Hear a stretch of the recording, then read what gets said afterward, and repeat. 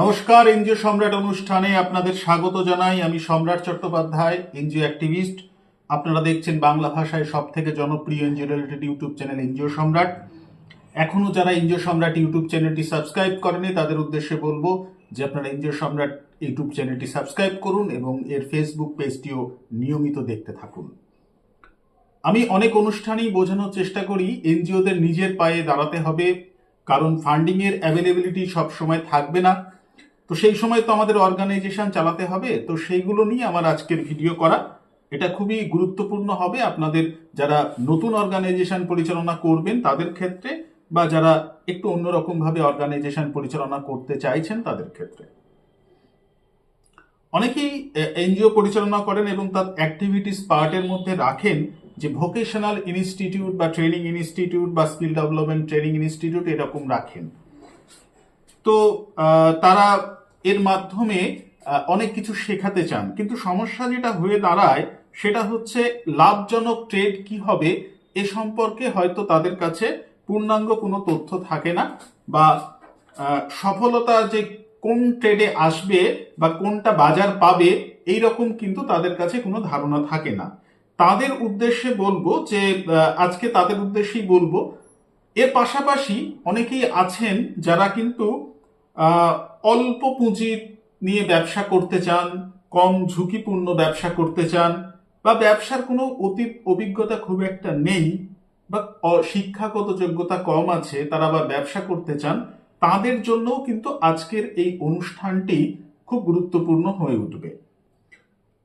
তো যারা vocational training বা স্কিল ডেভেলপমেন্ট ট্রেনিং ইনস্টিটিউট করবেন তাদের অ্যাক্টিভিটি পার্টে, যে সেটা সোসাইটি, ট্রাস্ট বা সেকশন 8 যাই থাকুক না কেন বা হোক না কেন, তাদের অ্যাক্টিভিটিস পার্টে যেন এই কথাগুলো লেখা থাকে।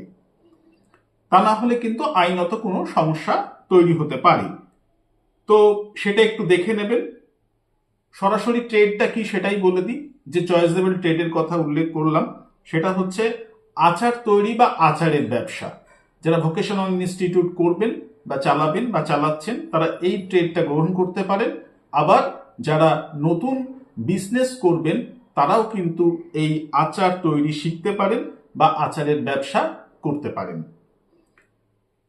প্রথম যে পয়েন্টটা বলবো যে কোন কোন আচার সব থেকে বেশি জনপ্রিয়, তার আমরা একটা সার্ভে করেছিলাম পশ্চিমবঙ্গের বিভিন্ন প্রান্তে গিয়ে। সেখান থেকে যেটা উঠে এসছে সেটাই আপনাদের শেয়ার করব।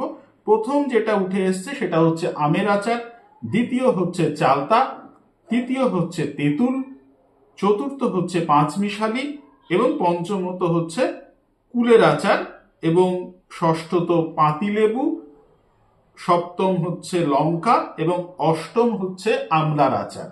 8টার বেশি আমরা পেয়েছি আচারের বিভিন্ন জায়গার স্টাডি রিপোর্ট, কিন্তু এই 8টা কিন্তু সবসময় বিভিন্ন জায়গার পছন্দের তালিকায় আসছে, সেই জন্য এই 8টার উল্লেখই করলাম। এছাড়া আরো অজস্র আচার রয়েছে, সেটা আপনারাও জেনে নিতে পারবেন আপনাদের পরিচিত মহল থেকে।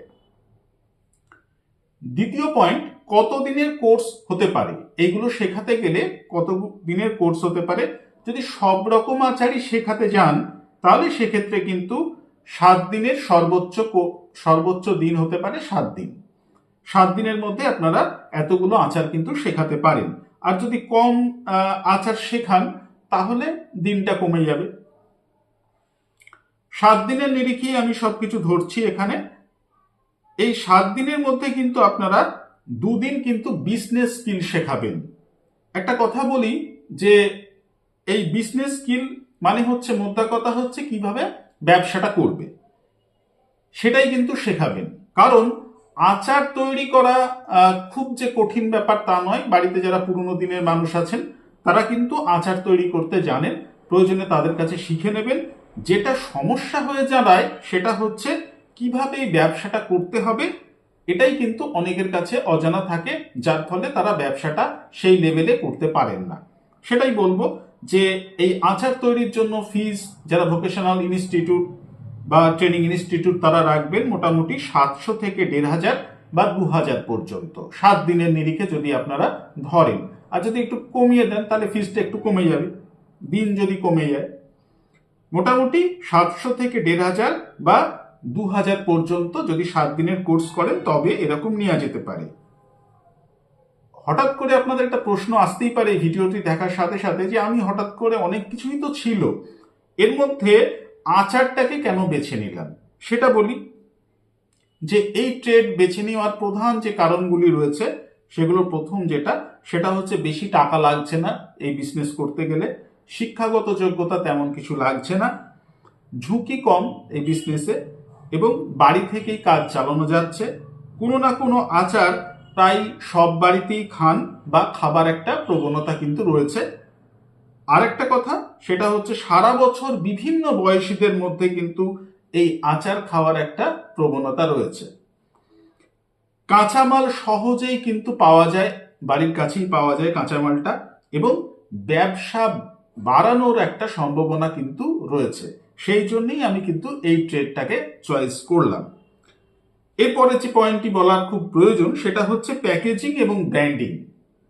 আপনারা তো এখন জানেন প্যাকেজিংটা একটা খুব গুরুত্বপূর্ণ বিজনেসের ক্ষেত্রে, তাই আকর্ষণীয় ডিজাইন কিন্তু আপনাদের করতে হবে। গুগলের সাহায্য নেবেন, সেখানে অনেক রকম ডিজাইনের বিভিন্ন মডেল থাকে, সেইগুলো দেখে একটা ধারণা তৈরি করার চেষ্টা করবেন এবং একটা আকর্ষণীয় ডিজাইন কিন্তু হবে। একটা ব্র্যান্ড নেম ক্রিয়েট করার চেষ্টা করবেন, কারণ এখন ব্র্যান্ডটা খুব খাচ্ছে মার্কেটে। তো একটা আপনার আচারের ব্র্যান্ড নেম ক্রিয়েট করবেন, এবং মনে রাখবেন ব্র্যান্ড নেম ক্রিয়েট করতে গেলে যে নামটি দেবেন সেটি যেন সহজ হয় এবং অর্থবহ হয়, যাতে বোঝা যায় এটা আচারেরই ব্র্যান্ড। মার্কেটিং কিরকম হবে সে সম্পর্কে বলি, যে প্রথমে যেটা করবেন সেটা হচ্ছে পরিচিত মহলে, বন্ধু বান্ধব, আত্মীয় স্বজন বা কোনো কর্মক্ষেত্রে বা এমন কোনো জায়গায় আপনার যাতায়াত আছে সেখানে তাদের সাথে একটু মৌখিক কথা বলবেন যে আপনি এই বিজনেসটি করছেন। এটা হচ্ছে প্রথম। তারপরে আসবেন সোশ্যাল মিডিয়া, ফেসবুক। সোশ্যাল মিডিয়ার মধ্যে প্রথম অবশ্যই ফেসবুক প্রমোশনটা করবেন, এবং তারপরে যেটাই আসবেন সেটা হচ্ছে একটা ওয়েবসাইট তৈরি করবেন। ওয়েবসাইট তৈরি করা মানেই কিন্তু অর্গানাইজেশনের বিশ্বাসযোগ্যতা অনেকটা বেড়ে যায়, এবং ওয়েবসাইট থেকে বিজনেসও আসে। তাই ওয়েবসাইটটা খুব সুন্দর করে ডিজাইন করে করার আপনারা চেষ্টা করবেন, কারণ এটা করতেই হবে। বিক্রির জায়গা কোথায় কোথায় সাধারণত এগুলো বিক্রি হয় আচার না, কাছাকাছি বাজারের মধ্যে যেখানে মুদির দোকান আছে সেখানে কিন্তু বেশি বিক্রি হয়, রেস্টুরেন্টে বিক্রি হতে পারে, এবং খাবারের হোটেলে এগুলো এখন আচার রাখা হচ্ছে, সেখান থেকেও কিন্তু বিক্রি হতে পারে। মেলাতে বিক্রি হতে পারে, মেলাতে স্টল দিলে সেখানে যেমন বিক্রি হয়, প্রমোশনের ব্যবস্থাও আছে, প্রচারের দিকটাও খুব বাড়ে। অনলাইন এসে গেছে, এখন অনলাইনে বিক্রি হয়। এগুলোর বিক্রির জায়গা বললাম। এবার যেটা প্রশ্ন সেটা হচ্ছে কি কি লাইসেন্স লাগে এই আচার ব্যবসার ক্ষেত্রে। ট্রেড লাইসেন্স এটা তো লাগবেই, তারপরে FSSAI এটা লাগবে, তারপরে লাগবে যখন আপনার ব্যবসা বাড়বে তখন কিন্তু জিএসটি করে নেবেন, ব্যবসা বাড়ার সাথে সাথে জিএসটি করে নেবেন। এরপরে অনুষ্ঠান প্রায় শেষেই চলে এলাম, সেখানে কিন্তু আপনাদের এই শুনতে শুনতে হয়তো একটা ধারণা তৈরি হচ্ছে যে এই আচারের দাম কিরকম রাখা যেতে পারে। সেক্ষেত্রে বলবো যে 200 গ্রাম বা 250 গ্রাম বা 400 গ্রামের কন্টেনার আপনারা তৈরি করতে পারেন। এই কন্টেনারগুলোতে আপনারা আচার রাখতে পারেন। এই কৌটোগুলো এরকম রাখবেন, 200 গ্রাম, 250 গ্রাম বা 400 গ্রাম। আমি 200 গ্রামের একটা দামের ধারণা দিচ্ছি, আপনারা সেটা বিবেচনা করে দেখবেন যে আপনারা যেটা তৈরি করছেন, কস্টিং, মার্কেটিং এগুলো এর মধ্যে কভার হচ্ছে কিনা। মোটামুটি 40 থেকে 42 টাকা দাম রাখা যেতে পারে 200 গ্রাম আচারের ক্ষেত্রে।